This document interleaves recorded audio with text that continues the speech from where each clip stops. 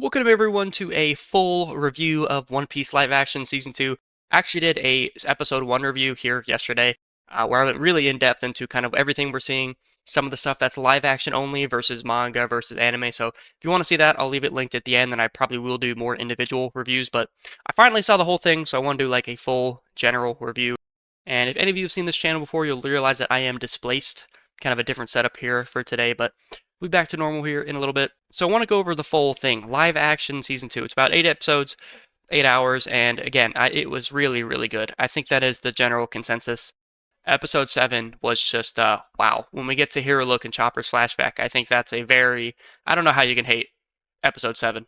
It was absolutely phenomenal.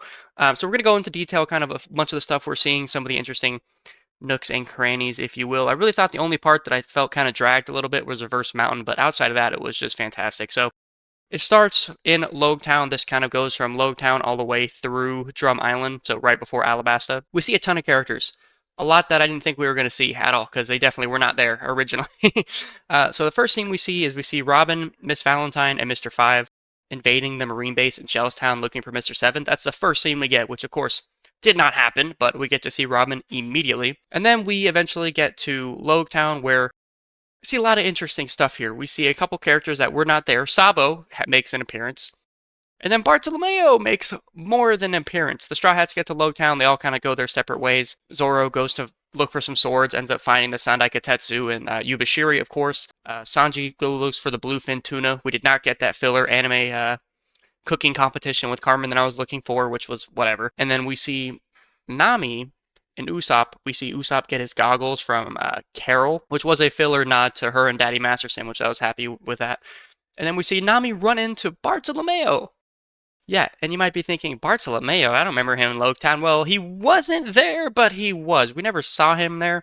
But when we were in Dressrosa, there was a flashback where we actually saw that he was there at the same time the Straw Hats were. So we didn't see him originally, but he was there, so okay. All the stuff with Loguetown kind of happens the same with a few little differences. Dragon saves Luffy from Buggy. We see Dragon save Luffy from Smoker, and then we see them sail away, and then they go towards Reverse Mountain. So the Straw Hats are going to Reverse Mountain, and this is the part where it kind of dragged a little bit to me. We get to see Laboon and Crocus, that whole thing. And this is a really crazy scene. We get a scene with the Rumbar Pirates and Laboon way back in the day when Brook was with them. We see Brook's character, we see him singing and performing Binks' Brew for Laboon, so we get to see all of that, which is really amazing. And then, of course, in the current timeline, Vivi and Mr. 9 meet the Straw Hats and Laboon, and that all happens. A couple things here. Mr. 9 is everywhere. Bartolomeo and Mr. 9 being very prominent were not something I would see, but we see a ton of Mr. 9 up and through Whiskey Peak. And so everything happens with Laboon. They eventually actually capture Vivi and Mr. 9 and start heading towards the direction of Whiskey Peak. And while this is happening, Smoker, of course, is like, whoa, I cannot let this happen. I have to go chase them. But he ends up meeting Garp in Loguetown. When Garp says, hey, do not chase the Straw Hats. I need you to go find and capture someone from Baroque Works. So eventually he says, okay, fine, I'm going to the Grand Line to do that. And there's a couple nods they make here to the present story, and here's one of them. Smoker sees Garp and he says, hero of the Navy, hero of God Valley, which we did not see the first time. That was not said, but it could have been. We just didn't see it on screen or in the manga. So we get a God Valley reference there, which is cool. And then Smoker and Tashigi head into the Grand Line to look for someone Baroque Works, but probably just follow the Straw Hats. And then the Straw Hats get to Whiskey Peak, which I was very excited for. Reverse Mountain was a little bit slow of an episode for me. Then we get to Whiskey Peak, and if you're like me, and you enjoy East Blue, like early Grand Line Straw Hat interactions, that was the scene. That was the time for you, because yes, they were a bunch of assassins trying to kill them, but before that, they did have the party.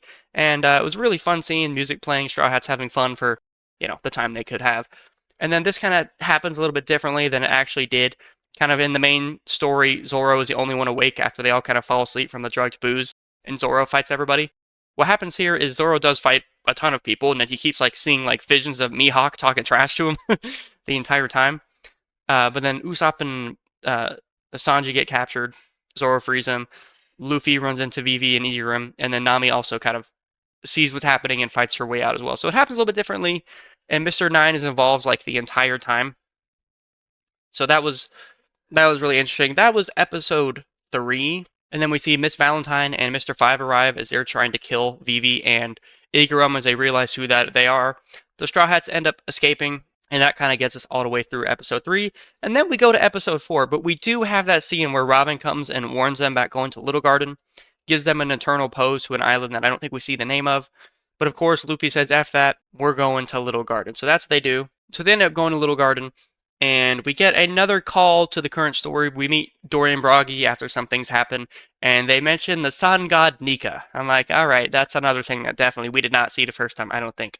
I haven't checked, but I'm fairly damn certain we did not hear about Nika until a while in the story. But so we're at Little Garden. Mr. 3 is there. Miss Golden Week is there. This happens very similarly to the manga where Straw Hats are just kind of traveling around. Miss Golden Week's kind of sleuthing around, doing her thing. And they eventually get captured by Mr. 3 Galdino.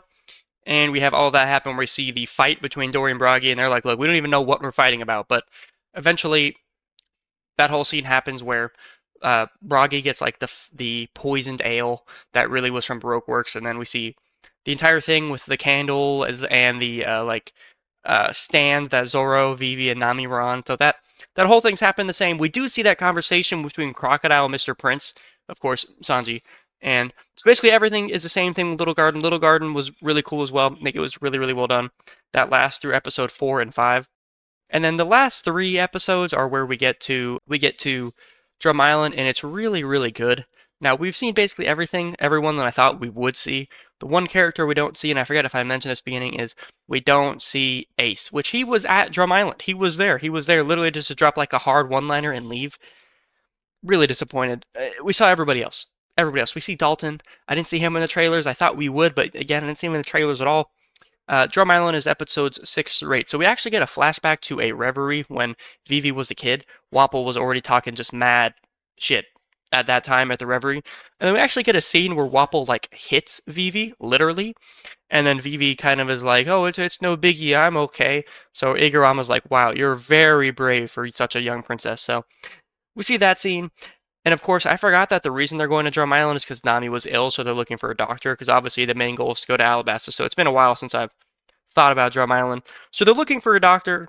They get to a village, and they learn that the ruler of the kingdom and all the doctors are gone, because Wapol took all the doctors because he needs as much help as he could get, I guess, because Blackbeard had attacked the island, but it seems that Blackbeard is gone now, and Wapol is gone now as well. Wapol's actually in Alabasta getting a devil fruit right now from Robin. So he gets his devil fruit, he eats it, and then we see kind of scenes where they're going, okay, there's not a doctor, but there is one on the island, and it's Dr. Koreha, the witch, is what they're calling her. So we see a scene where Luffy climbs the mountain, really epic scene. They eventually get to like this castle on top of a mountain where they see Dr. Koreha, they meet Chopper, and eventually, after healing everybody up, we get to the Chopper flashback in episode 7, which whew, that is I don't want to use the word tough. It's a difficult watch because, wow, they really sell the shit out of Hero Look and Chopper, because it's basically almost an entire episode of just Chopper's backstory with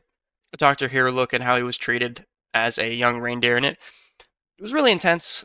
I think they did a really good job. I saw a lot of comments online about how this was kind of the best part of season 2, which I agree. And we get to episode 8 where we're just freeing Drum Island from Wapol. It's pretty good. It's a long fight, but kind of like a quick ending. And then eventually, once we get past Wapol, we're setting up Crocodile. We've kind of seen a few silhouettes of him here or there, but we finally get like, okay, here's Crocodile. We see him, we see Robin, and then we get set up for season 3, which is going to be exciting. I hope it doesn't take 3 years again, to be honest. This one shouldn't be as hard from like a setting up standpoint, because it's basically all going to be Alabasta and defeating Crocodile. But I think I forgot to mention one thing. So Smoker, while this is happening, him and Tashiki get to like a communications outpost, and they end up seeing that it was attacked. So we see Mr. 13 and then a baseball lady whose name I forgot and I can't find because I don't think she actually existed. We see her and him, and there's a couple of assassins. They took out the little communications outpost of the Marines.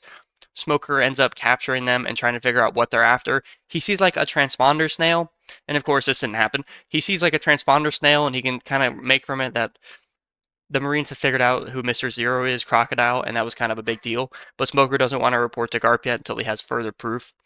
So that happens, and then we end up just kind of like leaving the season with that scene of Crocodile. So we know the Straw Hats are going towards Alabasta. So that was just a general kind of overview about what happened I think the general consensus is that it was really, really good. If you have time to watch it, feel free. Let me know what your thoughts are. I think it was pretty good. Are you looking forward to season 3? Is there anything you noticed that I missed? If you leave a sub and like, it would help the channel a lot. Anyways, appreciate you all watching. I will link the first episode detail review here if you want to see it. See you guys next time.